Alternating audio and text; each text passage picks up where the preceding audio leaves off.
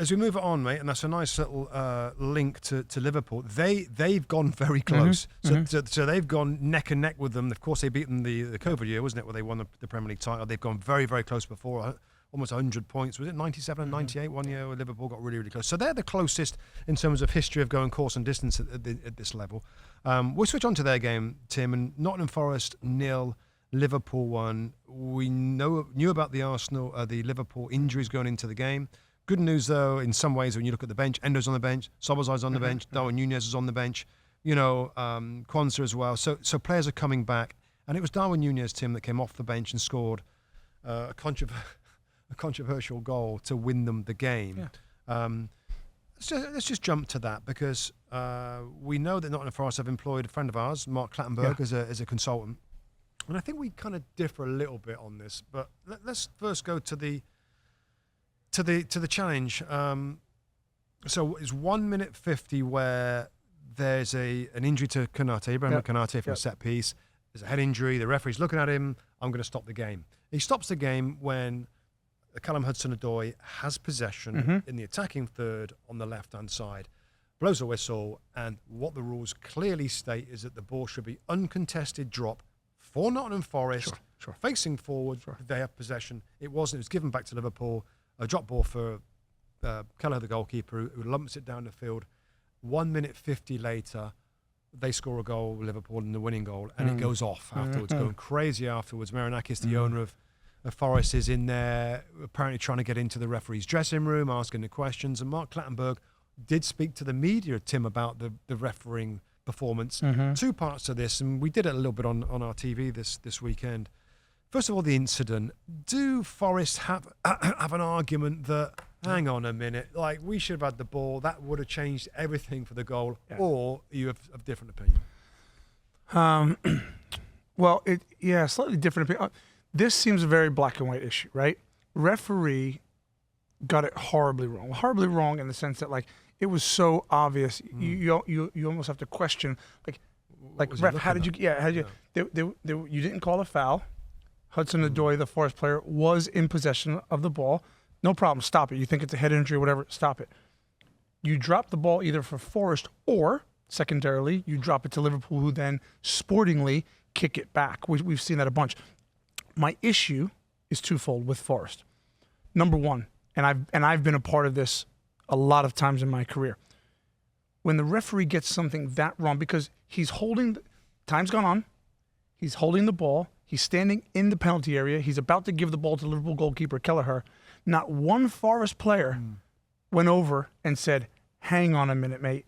This is our ball. How could you possibly give this? And oftentimes you see it where there's 5 and 6 players hooting and hollering and throwing their hands up. So I have a problem with Forest not paying attention to that. So, right, number one. Number two, the ball goes down the other end. Okay, they don't clear it. They get a corner. Once they clear the first header from the corner, Hudson-Odoi and Awani have an opportunity to clear the ball. Okay, then McAllister gets it, the goal gets it. So all this blaming the referee for something that happened a couple of minutes ago, referees make bad decisions all the time. It's okay, you get on with the game. Yeah. So I put some blame on the Forest players as well. Maybe it's me that I understand that point of view, and I respect that point of view. There's a throw-in as well, Tim, by the way. In that 1 minute, there's a throw-in and everything where you can reset. Yeah. So that's a very valid argument. I just feel like if I'm one of those Forest players or the fan or whatever, and like if you give us a ball back, then maybe we get a corner. Yeah, and that's going to take up time. Maybe. And then, everything changes in terms of what happens there. So I think it's. I just feel for sometimes the smaller teams, and I understand that. And I had a bit of crack with a bit of banter with Lee Dixon saying, "Look, listen, you know, the weaker teams sometimes don't get the decisions. The big teams get it. Get better, do better, be a better side, and maybe you'll get some of those." The other side of it, is Mark Clattenburg, and being a referee's consultant or whatever at a football club is like, wow, this is kind of new. Yeah, I think so. What do you like about it, and maybe what you don't like about a club hiring a former referee to help them?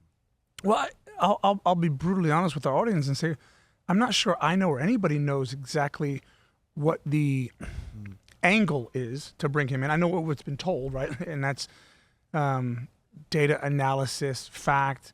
Maybe educate the players. Educate the players. Remind the players of the rules. Bridge a gap. Yeah, bridge a gap with referee. Who knows? Now, is Marinakis being overly clever in hiring Mark Clattenburg because he feels hard done by, that he feels that his team has been hard done by. And by the way, with the money he's spending, if he can get a few calls to go for them and Mark Clattenburg can kind of lobby on his behalf and put a little bit of fear in certain referees. Listen, this is the job that referees sign up for, is to be the man or woman in the middle, right? They're going to have to take the criticism, hopefully in a respectful way, but we do it all the time. When you're on the pitch, it's, hey, we need more fouls. We're getting kicked all over the park. And then hopefully you influence the referee enough to get some calls. Maybe that's what's going on behind the scenes.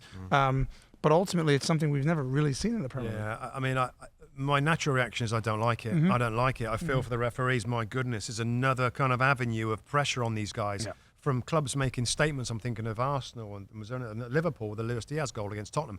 These club statements about refereeing decisions. Yeah. And now you're going to get, I mean, what if 20 clubs, hire consultants that add there pressure? will be more. Is there anybody going to want to be a referee, Tim? No. Is there anybody? No. Because VAR's come in and it's brought this kind of extra level of help that now everybody wants perfect decisions, and we're still not seeing that. And to that end, the likes of Forest and other teams that when bad decisions are made are like, we brought this in to help us. We're not getting help. We're getting bad decisions, even with VAR. I just don't like the road that this leads of more scrutiny on the referees. Let them ref and try and think about over the course of a season, you're going to get some go for you, some go against you, and respect the referee a little bit more. So I mean, we know Mark Clattenburg is a top man. Yeah, he's good. Great guy. We've had him. He's worked in our shows a few times, and it's not him, of course. It's just the idea of a consultant. It is different, and maybe you're right, Tim, that they feel like Clattenburg's, at Forest. Yeah, he might make a fuss. He's gonna question us a little bit more. Let's make sure we're on it for their games. I don't know. Quite possible. It's hard to say, isn't it? Yeah, it was. But at the end of all that, Liverpool won the game. And the momentum carries on, and Jurgen Klopp fist pumps on the sideline. With players coming back, I said before this game, Tim, that this could be really tricky because you've got a lot of changes to the lineup, game rhythm for some of these players. Bobby Clark played in midfield. Your midfield was different with Joe Gomez in there, but they found a way. They found a way. 3 points going forward now. Of course, the City game is next Sunday, which is going to be an incredible game. The likes of these other guys, Nunez and Szoboszlai and Endo, will be back in the team. Yeah. That's going to be an amazing, amazing game. Hi there, I'm Rebecca Lowe, studio host for NBC's coverage of the Premier League. Don't forget to hit subscribe to watch more videos all season long. And for even more Premier League content, from original series to live matches, head over to Peacock. And be sure to tune in for Premier League mornings every weekend on USA Network and on Peacock. We will see you there.